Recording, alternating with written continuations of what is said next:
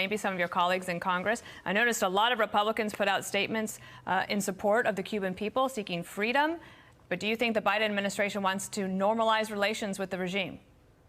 Well, so far the Biden administration has done nothing, and previously the Obama administration just tried to make so many concessions to the Castro regime and get nothing in return for the people. We as Cuban Americans, we want to see freedom, we want to see democracy, we want to see human rights. We want to see the dual currency system, which pays the Cuban people what equates to $15 a month, in which they have to work months in order to buy a pair of shoes or food, be totally dismantled. We want to ensure that Cuban people have the opportunity to elect their own government, and that's what we will continue to push for.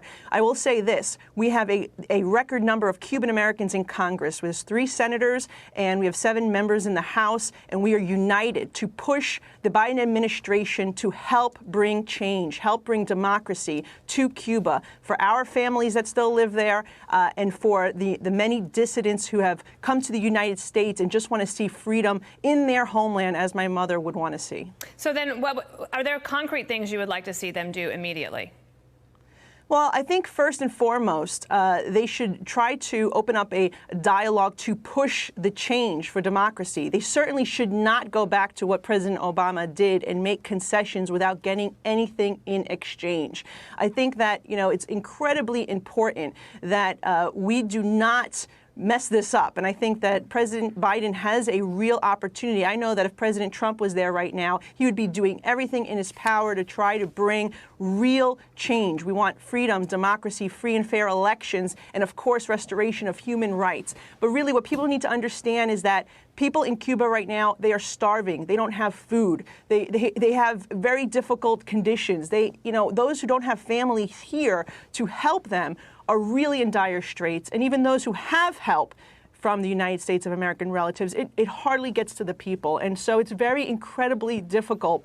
But what I will say is, if you noticed yesterday, they were marching with the American flag. And I think that's a reminder to Americans here how lucky and fortunate we are to be in this country where we do have freedom, where we are a democracy, where we elect our representatives, and we have liberties that people dream about in other countries. And that should be a reminder, particularly to those Americans here who lack appreciation, some of the athletes that turn their backs to the American flag. Look how much we're loved and want to be emulated with freedom in other parts of the world. It's true. Dissidents all over the world, when they are seeking freedom, they fly the American flag from Hong Kong to Cuba and elsewhere. I also wanted to ask you about your trip to the Middle East. There's big changes right now with a transition to a different government in Israel. Your reactions about that and any concerns that you have about the region in regards to Iran?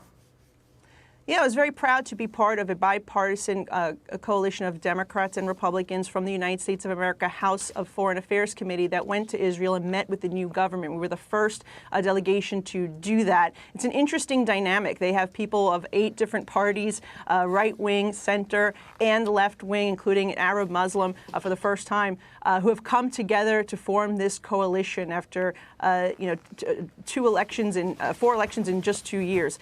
So what's interesting to see is that they're very much focused on domestic policy right now, making sure that they work on economic issues, infrastructure, the upcoming budget there, where they feel that they can find common ground. I think that's going to be a really interesting test to see if this coalition will last. They've also made it very clear that they're concerned about United States potentially re-entering JCPOA and the Iran deal.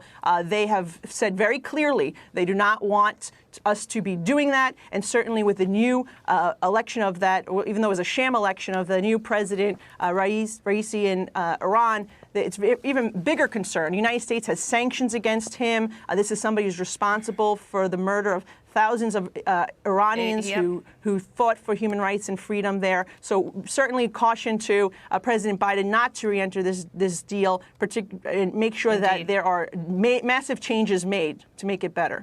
Congresswoman, thank you. Thank you for coming on.